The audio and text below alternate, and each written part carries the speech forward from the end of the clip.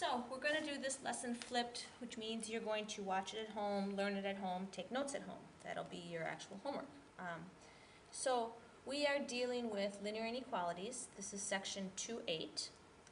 It'll be the next section on your new syllabus that I give you tomorrow. And this has to do with less thans, greater than. So let's just start out naming them. If I am open to the left, that is a greater than. If I'm open to the right, that is a less than.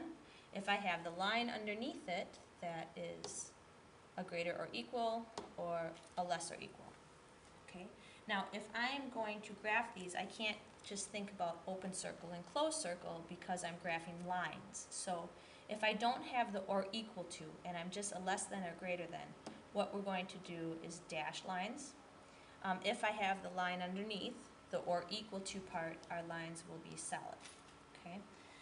Now shading, we can always use a test point, and I'll go over that in a minute. But shading, if we're solved for y, if I have slope-intercept form, we can really think about shading either up or shading down. So if I'm a greater than, I can think of shade up, or greater or equal to, I can think of shade up. If I have a less than, or less than or equal to, I can think of shade down. So I can make some examples really quick. This would look like a dotted line. If it's shaded up, it would look something like this. So that would be my solution region. If I had a less than, again, I have a dotted line, but this time it would be shaded down. If I had a greater or equal to, have to be a solid line. If it's greater, I'm shading up. If I have less than or equal to, solid line because they were equal to, and this time I would shade down.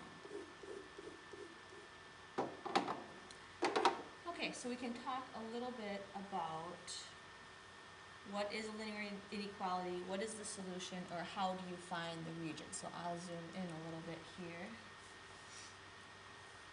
So down here, a linear inequality is an inequality that has two variables, not the ones we solved before with only one, that we would put the answer on a number line. We have two variables, they're going to go on the coordinate plane. The solution then is the shaded region, so it's made up of all points that are in the shaded region. Or if it's a solid line, then the points on the line are also solutions. Okay? We can always find the solution region by using a test point. Okay? And I will show that in a second. But a test point is if you sub any point into your inequality, and if the point makes the inequality true, then it should be part of your region. So if it's true, you shade that side. If it's false, you shade the other side. And we usually use 0, 0 because it's the easiest. Sometimes we can't use 0, 0 if 0, 0 is actually on the line. So let me pull my view back to what it should be, and we can do a couple of them. Okay, so for my first example, this is just basic slope-intercept form. My m is 2, my b is 3, so I'll start and make a point at 3, count a slope up 2 over 1, maybe I'll go down 2 over 1, a couple more times. I need a dash line, so I'm going to connect with a dash line. I should use a straight edge. And then now, I could use a test point. So if I would use a test point, say I would test 0, 0. I would put a 0 in for y, a 0 in for x, and then analyze this. Is 0 less than 3? This is true. So what it means is I wanted to shade the side where that point is. Because I was in slope-intercept form, I could have just thought, oh, this is a less, I can shade down. That would work too.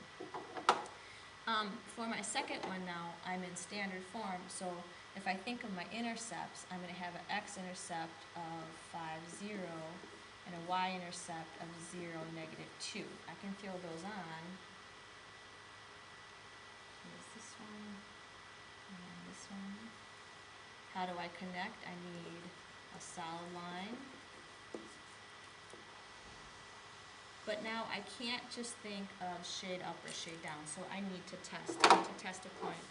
Again, I'll use 0, 0 because it's a nice easy one. I'm showing my work here, but you wouldn't have to, because basically you're just throwing zeros in. Is 0 less than 10? Yes, it is, so that means I'm going to shade this side. Now I have a star down here, because if you would have solved this for y, to graph it, and I know some of you still like to do that, you need to be careful at this step right here. Right here, I'm dividing by a negative. I have to flip my inequality. Okay, so this star here is for a flip if multiply or divide by a negative. If you forget to flip, your line will probably be alright, your shading will be wrong. So make sure you're either using a test point for your shading or don't forget to flip. Okay, so for my last one, here I'm going to have to divide by the negative. So again, I have to remember to flip. I have x is less than -3. I need a dash line at -3. And I need to shade. Less is going to all be on this side. Okay. So those are some example graphs. Oops. Don't want that. I do want that.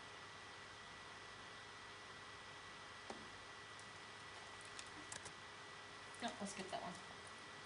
So here, some of it is, can you write the inequality for a particular graph given to you? So you have to kind of piece it together. If I look here, I can see that the b is 4.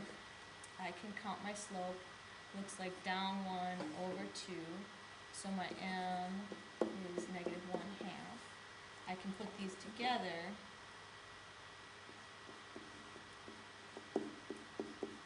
But I need to think about my inequality now. Now I know it's dashed. So that's telling me I don't want the or equal to, and I know I'm shade up. So I want a greater than. Again, we can test. So if I test 0, 0, 0, 0 should not work. So if I put a 0 in here, this is saying 0 is greater than 4. This is false, as it should be, because that's not shaded there. So you can kind of put your pieces together and write the equation given an inequality. The last thing we can do is word problems here. So here I have the memory card for your camera has a 256 megabytes of memory. Each photo takes either 1 megabyte or 2 megabytes, depending on the resolution. We want to model with an inequality, and then we want to find some solutions. I have no clue what that is doing there, so we're going to get rid of that. That was supposed to be a picture of a camera. But anyway, so we need to decide on some variables. So how about I use x and y, just to make life easy. X could be number of 1 megabyte pictures, and y could be number of 2 megabyte pictures. Okay. So now I know I have 256, so if I have 1 times x, because 1 megabyte times however many of those, and 2 times y, 2 for each one of those, if I add those up, I know that has to be less than 256. But now think about this for a second. Could it be equal to 256? Sure. That would just totally max out my memory card. So how do I want to do this? I definitely want to think of intercepts. I don't want to solve for y or anything like that. So if I put a 0 in for y, I'm going to get 256 for my x.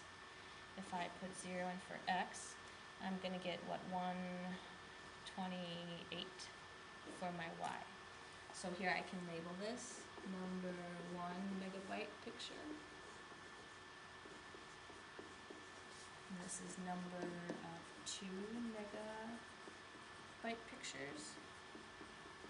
I should probably think about how I want to graph this. I need to get to 256, so maybe 50, 100, 150, 200, 250, And then I know my intercept is 256, maybe I'll write that on here so I remember. And I'll do the same, 50, 100, 150, 200, that's enough there, so I'm going to show 128 here. Might as well show it. I'm going to connect in a solid line. I'm shading below. So anything in here is a legitimate answer. Now I know I don't have graph paper, but I can still pick out some possible solutions. So I could say this point here, I could say 51 megabyte and 52 megabyte. I could do that. I could do something like 102 megabyte. Or I could use one of my intercepts if I really wanted to. I could say 256 1 megabyte pictures. The beauty here is there's infinite solutions, infinite possibilities,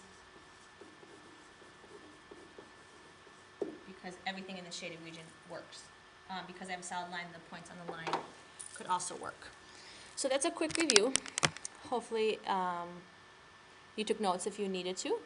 If not, you should understand how to solve any inequality that answers a region. And we'll be working on this tomorrow. So thanks for watching.